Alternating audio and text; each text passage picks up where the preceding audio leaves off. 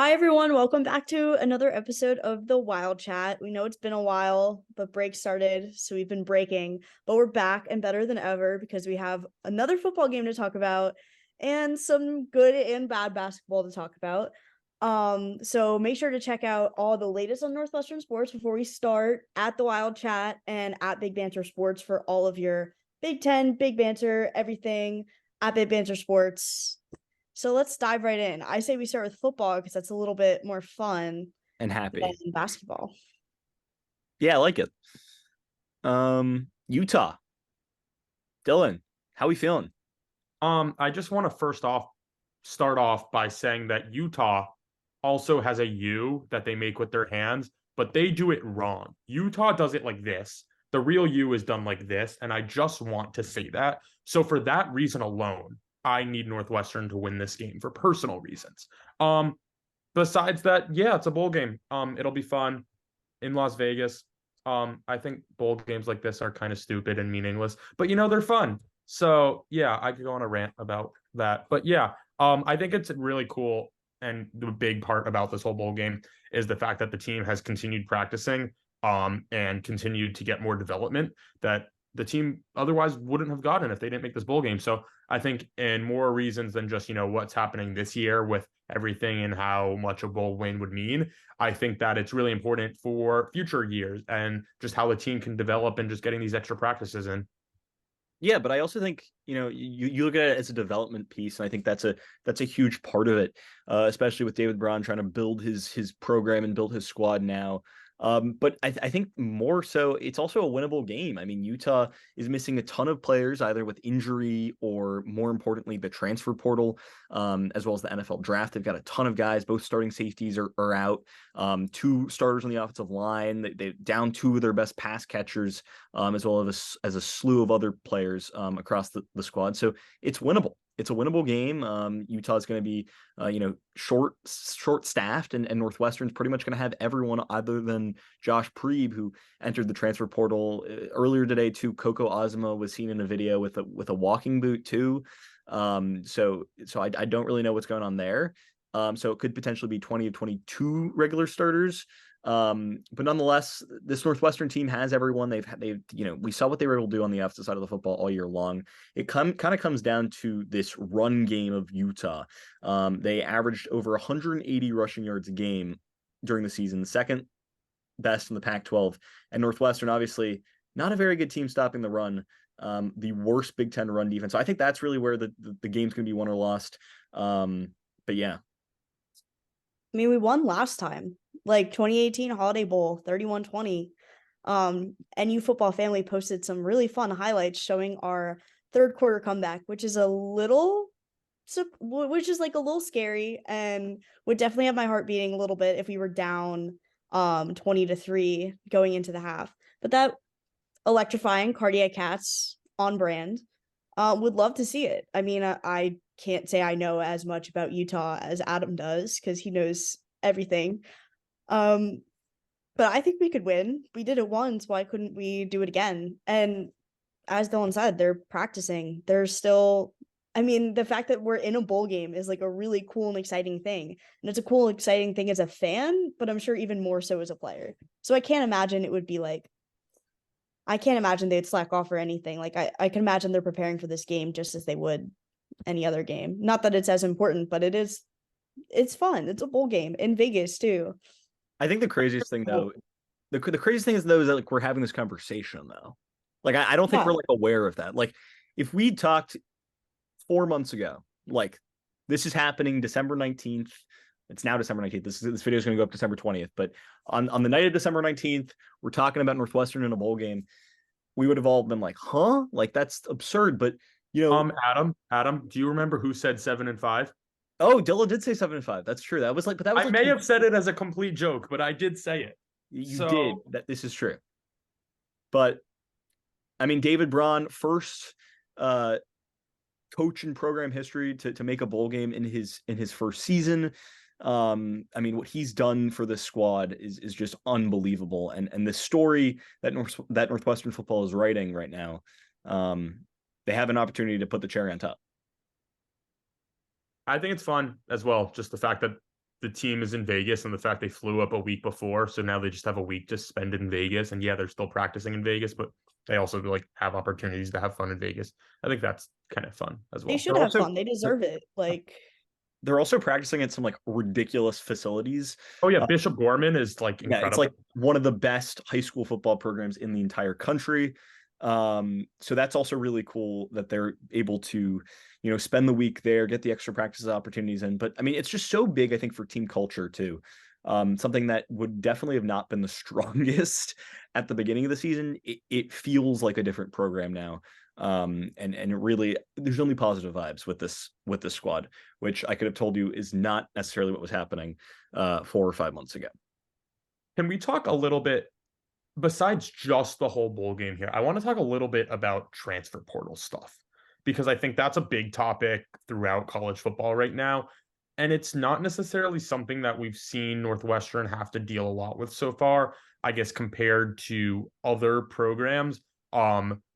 It's just a little weird. I feel like how Northwestern hasn't had a ton of guys announce that, they're stepping away from the program. They're not playing this bowl game because they want to transfer, which I think you see a lot of the other top programs really have guys announce that. So I think that's a really important part of David Braun to show how he's kind of keeping this team together.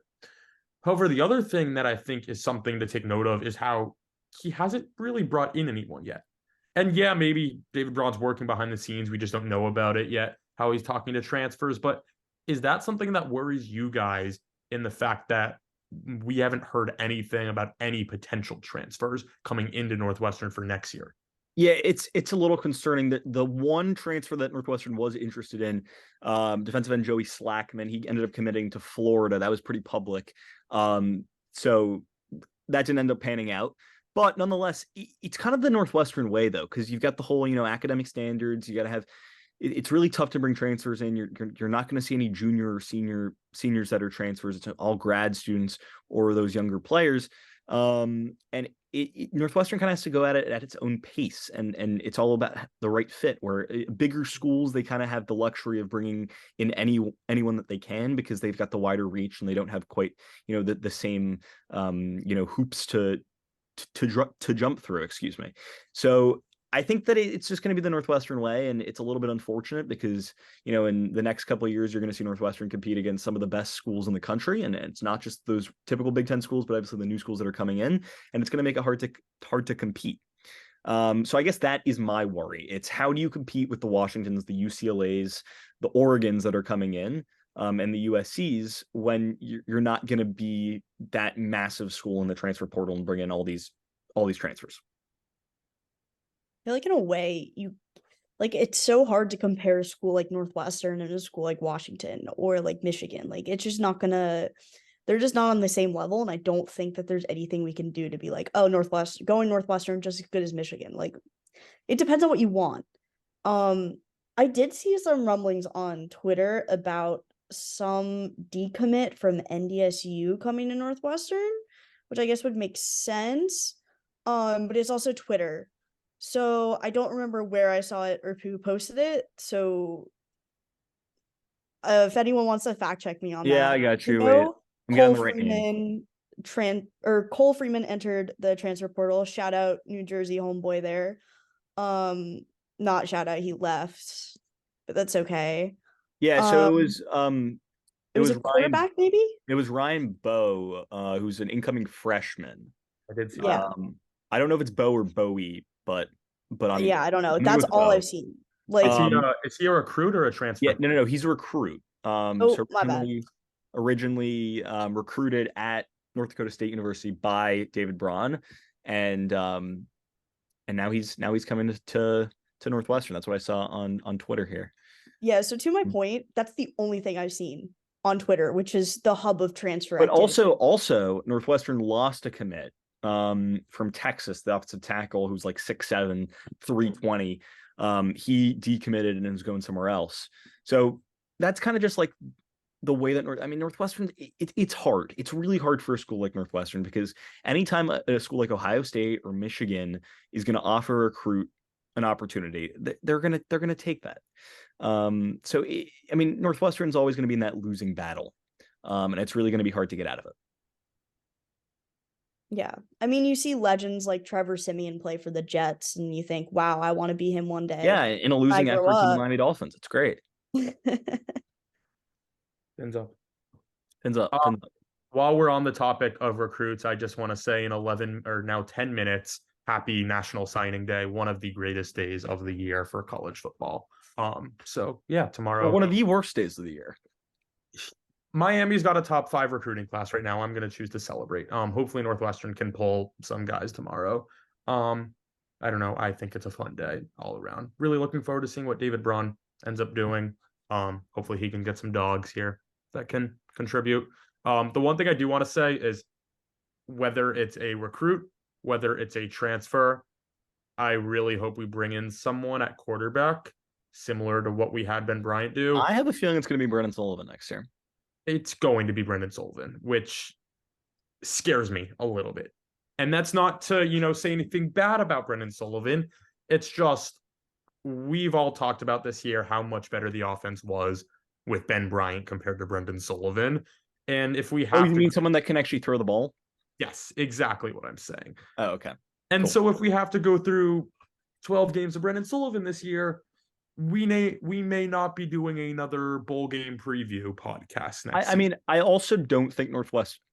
So I was deep down the rabbit hole of Northwestern football stats, as I typically do once a week, either football or basketball. I do like to go down a rabbit hole. We see your random tweets at 1 a.m. We know. Exactly. You see, I'm going to wait for it until tomorrow because I've got something cooking. Last year, Northwestern turnover margin. Turnover margin is one of those stats that is absolutely essential if you want to see how a team's going to their record, wins and losses. It is a huge player towards wins and losses, and it's not talked about enough. Last year, Northwestern's turnover margin was -19. Okay, we went 1-11. This year, Northwestern ranked 7th in the country in turnover margin at +10. They're +29 compared to last year, which is the most by a Big Ten team in back-to-back years in the 21st century, which is just unbelievable if you just think about that for a sec. Also, last year, Northwestern lost 14 fumbles. This year, they only lost 1 fumble. So the truth is, this Northwestern football team is taking care of the football, and they're getting the football from the opponents, right? They're taking the football away. These are all things that over a big plethora of games, right? Over a large amount of games, they kind of revert to the average. But it's really crazy to think about how Northwestern is one of the best teams in taking care of the football this year, one of the worst teams in taking care of the football last year. And I don't really know where I'm going with this, other than the fact that it's just kind of they've got luck on their side this year. And I don't know if that's going to continue in the future. Obviously, guys like Bryce Gallagher and Xander Mueller at the ends of their Northwestern's career. Yeah, so I think they really had the football gods looking out for them this year. That's why they're in the game. Or the David Braun effect. I think a bit of both. I mean, part of it is bringing in, a defensive-minded head coach who has really just impacted the defense and really just improved it. So I think you have to give credit to Braun. Yeah, I'm not you have a head coach credit away from Braun. Defense. I mean, it's also the fact of, now you have a quarterback who's not just throwing crazy interceptions and, But I like crazy interceptions. They're fun. I mean, sure. Fun for someone, usually not for us. Remember that one interception Brendan Sullivan had? Was it against Penn State, where he was rolling left and just threw it right to the defense? Yeah. There was literally no one else there. It was we'll say it was a dime. It was an absolute dime. It was like right here. Great pass. Did not have to move his hands. Guys, literally great pass. I have a hot take. Northwestern beats Penn State with Ben Bryant. That's a hot take. Or did Ben Bryant play that game? I don't know. Maybe he got hurt halfway through the game. Yeah. Oh, well. We were up at halftime, though. Yeah, they got hurt in the second half, but I think it was late enough in the second half where the game was over by then. Ben Bryant would have come back, though. Ben Bryant would have come back. Like Minnesota? Yeah, exactly. Okay, why don't we go into some bowl game predictions? Okay. Because we've kind of rambled for a little bit, but that's in light of the I cannot speak tonight. In light of the WildChat. That's just the way we do things around here. Dylan, I'm gonna have you go first. Get the reason of terrible biased opinion out of the way first. this isn't going to be a biased opinion. I've thought really honestly nothing about this bowl game just because, I'm very kind of anti-bowl games. But since we're having fun here, I think bowl games are supposed to be chaotic, and chaos is what makes bowl games fun. I'm going crazy with it. I am saying that Jack Lausch is throwing for a touchdown pass. His first touchdown pass of the year. I know he's run for one, I believe, but he's going to throw for one. We're going to finally get some trickery involved. We're just going to see all-out chaos on the field. We're going to see multiple safeties. Allegiant Stadium is going to be absolutely electric for the however many, probably 12,000 fans in the stands. I don't know how many fans go to these bowl games. I'll take what's the line at right now? It was Utah -10 a while ago, I remember. It might be like -6.5 now, Utah, I want to say. Why not? I'll take a Northwestern win. Give me Northwestern 25, Utah 22. Wow, weird numbers. That's what I'm saying. Chaos. See, I like your thinking with Allegiant Stadium, because Allegiant Stadium's seen some really weird games lately. Think about the Raiders a couple weeks ago. They beat the Vikings 3-0. And then obviously what just happened against the I was about to say San Diego Chargers, but LA Chargers, 63-21. So there's been some really strange games in that stadium. There's some weird vibes in the air. And don't forget, hold on. Let me say this. A couple years ago, he's going to go Dolphins versus Raiders. Ryan Fitzpatrick, Hail Mary to Matt Collins on the sideline. Jason Sanders, game-winning field goal. Oh, sorry, my bad. I wasn't thinking that, but yeah, sure. I was thinking Patriots, Raiders last year. The Northwestern. The Chandler Jones, just completely annihilating Mac Jones, taking it back. Yeah, Allegiant Stadium, there's something weird there. I still think this game isn't like a weird score, though. I think Northwestern wins 24-17. I'm going to have them win. Yeah, I just have a good feeling about it. Utah's got a lot of players, really impact guys for them this year, that have, aren't able to play because of the draft or transfer portal. I think Northwestern is going to be mostly back, right? And they've got the guys to win on the outside. It's really going to come down to what I said earlier about the run game on both sides, but also the Northwestern's offensive line. I just like the Cats in this one. I'm gonna roll with them, roll the dice in Vegas, and yeah, Northwestern wins by 7. All right, ready for this? 31-20 Northwestern, Holiday Bowl repeat. No one will ever guess it except for me. It's gonna just be the same exact game. That's my Northwestern's gonna be down at the half 20-3, and then we're gonna be down at the half 20-3, and then we're gonna stage a third quarter comeback, and it's gonna be fantastic. And that's exactly what's gonna happen, and I'm calling it right here, right now. If that happens, we need to somehow find some loophole in NCAA rules that allow us to give Ben Bryant one more year of eligibility. Yeah, I like it, and everyone else on the team. It's Vegas. We got to gamble on it. Although we can't gamble on it. In like 9 months, I'll gamble on it, and it'll be perfect. Yeah. Who's the sneaky X factor who wins the game for Northwestern? Like, who's the guy? Who's the hero? Ooh. Because Dylan said his, right? Jack Lausch is the hero, or just Dylan's pulling something out crazier. You know what I'm saying? I mean, I say this every single podcast. I'm the biggest Joe Hyman fan out there. It's going to be a screen pass. It's tie game, 17-17. There's going to be like a minute 24 seconds left in the game. Joe Hyman's going to take a screen pass on his own 34-yard line, run it back for a touchdown, or maybe not a touchdown. No. He's going to run it back inside like the 20, set up the game-winning touchdown, which is going to be a back shoulder fade to AJ Henning. Cats win. Everyone goes crazy. I've got 2 answers for this. I don't know how crazy to get.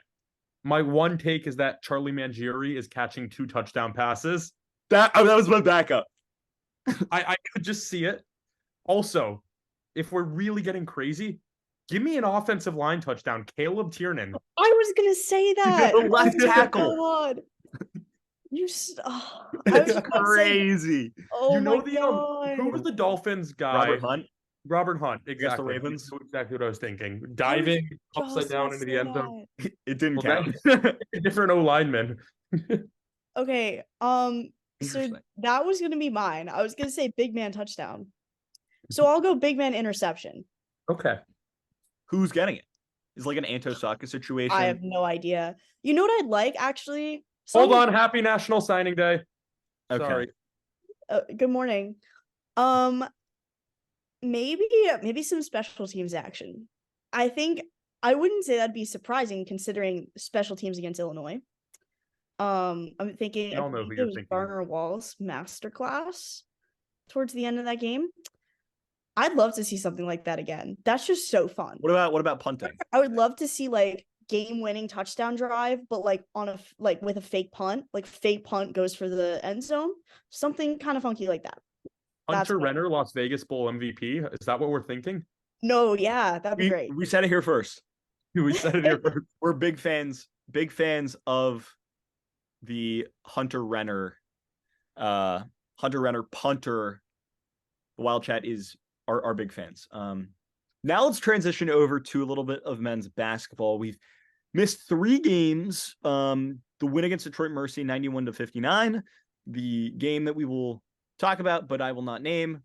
The loss, 75-73. I don't know what you're talking about. Oh, cool. Yeah, that didn't happen. And the win against DePaul in the battle for Chicago against the Power Conference teams, 56-46. Let's start with do we really we don't need to talk about the Detroit Mercy game. Let's talk about what went wrong against Chicago State because we need to address it. So I don't know if it's necessarily one thing that went wrong in Chicago State because I honestly think it's something that it played a factor in DePaul as well. Because DePaul was a much closer game than it ever should have been as well. So I think we can almost combine the 2 games just in what happened there because, the DePaul game was tied at halftime. I thought we were going to lose for a decent amount of it as well. So I think one thing we've seen, at least in these last 2 games, is, Boo Buie just hasn't had the type of game that he did against Purdue. And I think that says a lot about the team that when, Boo Buie is not necessarily clicking and firing on all cylinders, that the rest of the team is going to struggle. I think that was kind of to be expected. I just don't know if we expected a team to struggle this much when Boo Buie's not at the top of his game. What I didn't expect necessarily, Detroit Mercy for me is the outlier. Like that is the only non-conference game that we've really dominated in, and that was not. No line had that being the case. No one thought that we would be struggling, but I feel like I'm thinking all the non-conference games I watched, which was not any of the recent ones, luckily, but like Binghamton, Western Michigan, like all games that were close, basically the whole time. Yeah. Like, that wasn't really to be expected. And I remember I wrote after the Western Michigan game, I was like, yikes, that was close because I'm worried that we're actually going to lose one of these. And we did. Like, it just. No, we didn't. Okay. It's just not coming together the way I thought it would. And not that I can speak much the more recent ones, but even towards the beginning, there's just like, there's a lot of dependency on just a couple of guys, which I really didn't think because I thought our bench would be a lot, or just statistically would be a lot deeper, and it just hasn't been. So, which is, I don't know. Detroit Mercy was like the exception, unfortunately. That was awesome, but I don't know. It's like, I know last year it took some time to come together too. So I'm like, I don't want to over project like I really want to, but damn, that's all I could say. Just damn. I think there's a couple things from the Chicago State game. I totally agree with you. The comparisons with Binghamton or Western Michigan, or even the first half of NIU. Remember, Northwestern was down at the half against NIU. That Chicago State game could have happened against any of those teams. 100%. Right? Those were close games. Northwestern, if they stopped making some shots late in games, they could have lost to Binghamton. They could have lost to Western Michigan. They could have lost to NIU.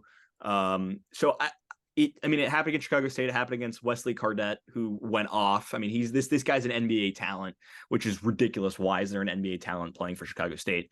Like go play somewhere actual. Like dude's a baller. Has a really nice, just game to him, and Northwestern had no answer. But I think it's more than just Boo Buie too, who has, been up and down to start this year, has shown up against Purdue, but hasn't been, his normal self against some other competition. I also think it's Ty Berry. And it's really how far Boo Buie and Ty Berry play kind of determines how Northwestern plays. Because in the last 2 games, it's kind of been the Nick Martinelli show offensively, which is ridiculous and should never be the case. Right? Nick Martinelli, really good player. I really like his style. Kind of a small 4, but like gives Northwestern a different look. And if you have him and either Barnhizer on the court at the same time, that gives you a lot of flexibility. If you have him and Nicholson on the floor at the same time, that gives you some size. But at the end of the day, like Nick Martinelli should not be the offense. It should be Boo Buie, and then it should be Ryan Langborg, and then it should be Ty Berry. And Brooks Barnhizer should be involved too. And it hasn't been flowing and it hasn't been clicking lately. And I think that comes down to one main thing. I think it's Northwestern's tempo and pace of play. Northwestern's always going to be a slow team, right? They're always going to be very methodical offensively, but it's almost too slow, right? This Northwestern team has the offense to compete. I mean, they've got the shooters on the outside. They've got guys at the rim. And this is a team that, talks about their defense. The defense is their like bloodline, right? That's who they are. That's their identity. So why are they playing at a glacial pace at a glacial pace against teams that don't have the same talent on the outside, that can't, hit as many shots as Northwestern can? Why are we almost slowing the game down to keep the game close against teams that, if Northwestern just unleashed the gates, like they could be scoring 30, 40 more points? Like that's how I kind of see it. I think that if you unleash Boo Buie in this offense, and just tell them to just run, I think Northwestern, the Chicago State thing doesn't happen. I think that, some of the other close games early this year don't happen. But at the same time, against those, some of those better teams, right? When Northwestern plays Wisconsin later in the year, or plays Purdue again, or plays Michigan State, Illinois, yes, Northwestern's going to have to go back to that slower style, but it's just in those games. And another thing to look at is the rebounding battle, which is a big indicator of wins and losses. They lost the rebounding battle against Chicago State. I don't know what it was against DePaul, but I doubt it was much better. Here, let me quickly pull that up. And remember, we also got dominated on the boards against Purdue. I mean, that's more to because of Zach Edey, but and they lost the rebounding battle to DePaul too. So like this team needs to rebound. Like it's really that simple. If you're gonna play small, okay, you still need to rebound. So I think it's the rebounding, it's the pace of play right now. But the offense it's just not grooving. It's not moving and grooving. There's something just wrong, and I think this game against Arizona State is going to be really important. And I agree. I don't like must-win games in December. Yeah, I think you're correct on all fronts. I mean, the team's allergic to scoring, not off the rush. That's my hockey term. But no, you're right. Is the basketball term of it. But yeah, the team's just allergic to that type of scoring.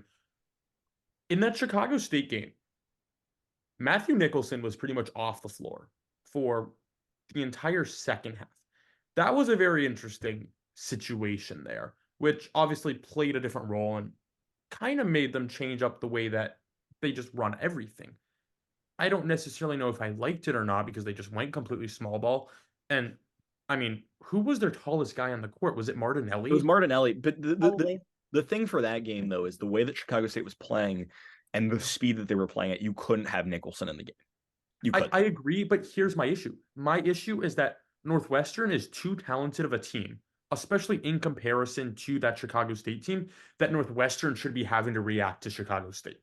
Chicago State should be having to react to Northwestern, and it should not be Northwestern changing their entire bread and butter, changing their entire system to match Chicago State. And I think that, to me, was the biggest issue. I don't know who is to blame for that, whether, is it Collins' coaching style in regards to that? Whether it's just the way the team played, I don't know. But to me, that was one of my big issues. I feel like there's I don't know where it comes from, but I feel like I've noticed it since I started following Northwestern basketball in like December 21, whenever I got in and decided I could start following. there's such a play up, play down kind of culture, I feel like. And not that I don't play sports. I don't know how that works or why that happened. But when we play against teams that are worse than us, it's a close game. And when we play a team against teams that are better than us that we should never win, close game. I like Purdue this time last year, close game. Like we were on I wouldn't even say we were on fire. It was Purdue wasn't playing their best basketball, and if they had, they would have never lost to us. But like it wasn't the same team that played Purdue that played Chicago State or that played Western Michigan or that played Binghamton or whatever. I didn't see the same team on the court. And I know name wise, roster wise, same team, but it just doesn't feel like it. And I don't know where the morale comes from, where the vibe comes from. Is it from Wild Side? I'd love to think so because we're kind of cool. But like, where does it come from? Like, where, like, I don't know where their energy comes from or whatever. But even just from that, I don't like, I don't know. I'm trying to make excuses for the team that I just don't know. But like, I don't know why we do it. It's just it's a bad habit. Like we shouldn't be, as you guys are saying, we shouldn't be playing down to teams or we shouldn't be having to react to other teams when we're the better team roster wise easily. Like we do have a super talented team. I just feel like we haven't seen the talent yet like we expected to. I don't know if I'm hitting the panic button yet. Like I think No. this Northwestern team, the way they play, they're going to be in close games. Okay, that's fine. As long as they can get through the next two games, they beat Arizona State, they beat Jackson State. If they can do that, I'm going to feel slightly upset about the Chicago State loss, but I'm not going to be hitting the panic button. I'm going to be like, okay, this team is still fine. They still go 11-9, 12-8 in the Big Ten. They're making March Madness. If they lose against Arizona State, I'm slamming the panic meter. I'm slamming it. I'm slamming the panic meter if they lose to Jackson State at home. And I think it's also really tough those home games too, especially when students aren't in the building. If you look at how the student section has played such an impactful role through these early home games, and then you don't have the student section against Chicago State, I think that's a big reason why Northwestern lost. If the students are there, that game doesn't happen. I also think Chicago State, I mean, every Northwestern fan's about to be the biggest Chicago State fan. They're a sneaky good team. I think that they're sneaky okay. I did just pull up the net rankings, though. Take a guess about where they're ranked in the net. They were 317 like a couple days ago. So I don't know how much they've moved from that, but yeah. They're 300. Yeah. I'm done, which is horrifying. But I think that they can. Let's hope that can be a quad 3 loss, and doesn't end up biting Northwestern in the back. But the truth is, you get through Arizona State, you get through Jackson State. Northwestern's beginning of the Big Ten schedule is really tough. I mean, you play Illinois on the road, you play Michigan State at home, right? Those are the two of the better teams in the Big Ten. And then you go on the road to Penn State, a team that likes to put up a lot of points, a team with a really good offense. You look at Kanye Clary, you look at Ace Baldwin, two guys that are really leading the charge there in Happy Valley. And then you play Wisconsin on the road. So those are a couple. That's just the beginning of the Big Ten schedule. You just play Maryland. So those first 5 games, really tough opponents. Obviously, every Big Ten game is going to be tough, but it's just, I don't really know how to feel about this Northwestern team right now. So I'm maybe in a slightly different boat where I more am on the panic train, not full blown panic, but cautiously panicked, I think is more kind of my issue with this team. I have an issue with just one bad loss should not dictate things as much as it does. And that's my big issue. I mean, we can get into bracketology stuff where I hate the net because, one bad loss like this should not be completely impacting Northwestern's tournament hopes, where, I was looking at projections where Northwestern went from a 7 seed to then first team out, which makes no sense to me, but that's just kind of how this whole thing works. I don't think one loss like that should play that big of a role, but I definitely am a little bit scared just with how we've played some of these teams. But at the same time, we have the best win in college basketball. So it's that win over Purdue with who Purdue has beaten, I would say that win over Purdue is the best win in college basketball this year. Is Purdue, what's Purdue in the net ranking? Is Purdue 1? I don't know. I Let mean, me pull it Purdue up. has beaten now. Who has Purdue beaten? Purdue's beaten Arizona. They've beaten. Did they beat They beat Kansas? Tennessee. They've beaten. They beat They one beat at Kansas or Marquette. UConn. Yeah, They're like three in the net right now. they're three. Okay, sure. Right? But yeah, they just beat Arizona, who was the hottest team in college basketball. Purdue is the number one team in college basketball. They are. I strongly believe that. And I see a possibility where Purdue does not lose another game.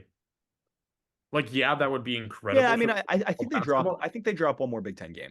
That's true. They'll drop a Big Ten game on the road because winning on the road in the Big Ten is really difficult. Yeah, But it's just Purdue is so good that Northwestern win, and also our Dayton win is also going to really stand strong over us. So we have good wins, but it's just like, how do you balance those big wins versus some of the losses and some of the ways that we've played? To me, I'm not full panic, but we're not smooth sailing at all. And we're now at a stage where I am nervous watching this Arizona State game, and I am nervous watching this Jackson State game, which should not have been the case. no, I fully agree with that. But I think more importantly, it also plays to just how, like, once again, we kind of talked about this with Northwestern football, where it was like you're never going to be able to compete with the big teams, right? Because the big teams are scheduling the big games and whatever. And I think with Northwestern basketball, it's also interesting too, because you look at some of those top teams in the net. Like a team like, here, let me just look at the top of the net, a team that probably shouldn't have any business being around. Like Indiana State right now is sitting at number 18 in the net, and that's because they are what? Now they're 2-0, and interesting. Well, earlier they were like 16 in the net because they were 4-0 in quad 2 games. But the point is Northwestern's not scheduling enough big time games, especially early in the year, where one loss here, one loss there doesn't hurt them because they'd have the opportunity to, win that back against a good competition. Northwestern, like if they lose against Arizona State, which is not a good team by any means, right? Like they're a below average non-con power conference team. But like in the long run, Northwestern really needs to kind of commit itself to really competing at a high level, I think, by scheduling those tough games. Like Purdue like puts itself against the best. And obviously Northwestern's no Purdue, but like Purdue is like literally put themselves, through the gauntlet, right? And then they have to, like, their non-conference schedule is harder than the Big Ten slate. That's unbelievable. And I think that's a case for multiple Big Ten Yeah. schools. I mean, Wisconsin has an incredibly tough non-conference. Michigan State has what, 4 or 5 losses already in non-conference play, and you're still looking at them and saying if they make a run in Big Ten, they're still an easy tournament team. Yeah, Michigan State's 1-5 in quad 1 games. Wow. Which is crazy. But you're still looking at it and saying, hey, if they go ahead and they win 12 Big Ten games, yeah, they're in. Which, I mean, yeah. It's the science of college basketball. Is Dayton considered a quad 1 game for us? I'm pretty sure it's a quad 2 win because it was at home. That's but true. Next year that could be a quad 1 win if they were able to win on the road. No, it actually might be a quad 1 win now because let's see where Dayton's ranked. Oh yeah, no, Dayton's in the top 30. That's a quad 1 win. That's good. We needed that. Ashleigh, thoughts on Northwestern basketball right now? I think I'm not hitting the panic button as much as you guys are, just because I remember seeing this team at the beginning of last year and watching their non-conference play last year and thinking, damn, we suck. And then after the whiteout game against Illinois at home that we won, that I boycott because I got turned away from the stadium, then I was like, oh, okay, like maybe we could be something. Like it might, I don't know. It was just like at this point in time last year, I was like, yeah, can I curse? Whatever, I'm not going to. We're awful. Banter. We're never making March Madness. We're never getting anywhere. Beep, beep, beep, beep. Yeah, you can just censor. But like, I don't know. I just feel like I panic enough at Northwestern, so I might as well try not to panic about the basketball team. I think another thing that just crossed my mind, that Illinois game, the first Big Ten game of January at Illinois, the students are not going to be back. They No, will and not be. Wisconsin also, they will not be back. That's a huge. That's huge. I mean, don't get me wrong. Those places are still going to be rocking. They're still going to be packed. Heavy alumni presence at both of those schools, but no student section. That makes a difference. That really does. That's a big. solid 3 or 4 points right there. In a Big Ten game, that matters. So those are things to think about too. I agree. And Yeah, that would be nice. Wildside will be out there and rocking for Michigan State, I believe, is the first home game. Yeah, So, January 7th, I'm pretty sure. That's Sunday. When they announce a time for that, I need to know a time because I need to know what time. I need to know if that interferes with Dolphins Bills on which hopefully has no impact over anything playoff related for the Dolphins. Hopefully by then everything is, sealed and done, and Dolphins have the first seed, and I don't even need to watch. Yeah. Fins up. Okay. With that said, hopefully by the time you're watching this, either it's before the Northwestern Arizona State game, or if it's after, hopefully that Northwestern has beaten Arizona State. We want to make game predictions for Arizona State because I know. I don't. No. This team is stressing me out. All I know is I'm going to be sitting down on the couch tomorrow night, and Arizona State Northwestern is going to be on from Phoenix. Okay. Is this considered a home game for Arizona State? No, I don't think so. I don't like that. It's a neutral site, is it not? It's like a neutral site. It's like Purdue playing in Indianapolis. It's neutral. It's like Northwestern. Well, I guess Northwestern. It's like if Northwestern played at the United Center. Even though the other timeout, that would be a neutral site. That didn't work out too well last time. So what are you talking about, Ashleigh? I don't remember that game. Anyway, point is, hopefully Northwestern wins. They run the last 2 games of the non-conference slate, and then we get into January and February, and that's when stuff starts to happen, and then obviously to March. But it's been a weird first couple months of college basketball season. Oh yeah, weird's one word for it. Yeah. I feel like we're at a tipping point. There's been a lot of weird games, a lot of weird losses. But even last year, Northwestern lost to Pitt. That game was horrendous. Like horribly. It was a tournament team. It was a tournament team. Blake Hinson is so good. Please do not remind me. He went off against Miami as well. Bro's a bucket. No, bro's like an actual bucket. Like he's a walking bucket. Like when you walk down the road and you see a bucket, that is Blake Hinson. But we lost by 30 and we it was bad. So it was bad.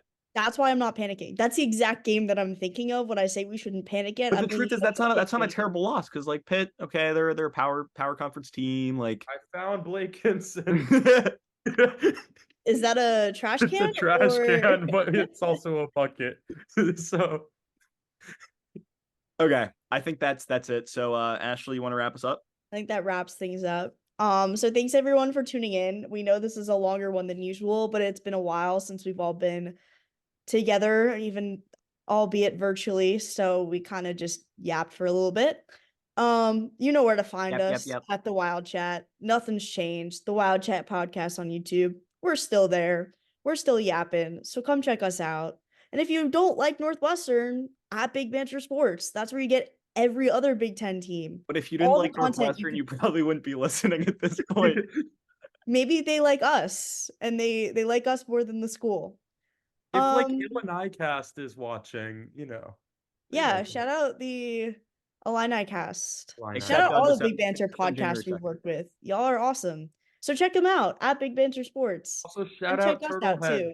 Shout out Turtleheads for sending us the care package. Yeah. Which we have not opened. We have not opened it yet because you sent it it came in the day I left for break. But we did get it. No, I did get it. It's sitting on my desk. So to be open, we can do a little unboxing for y'all.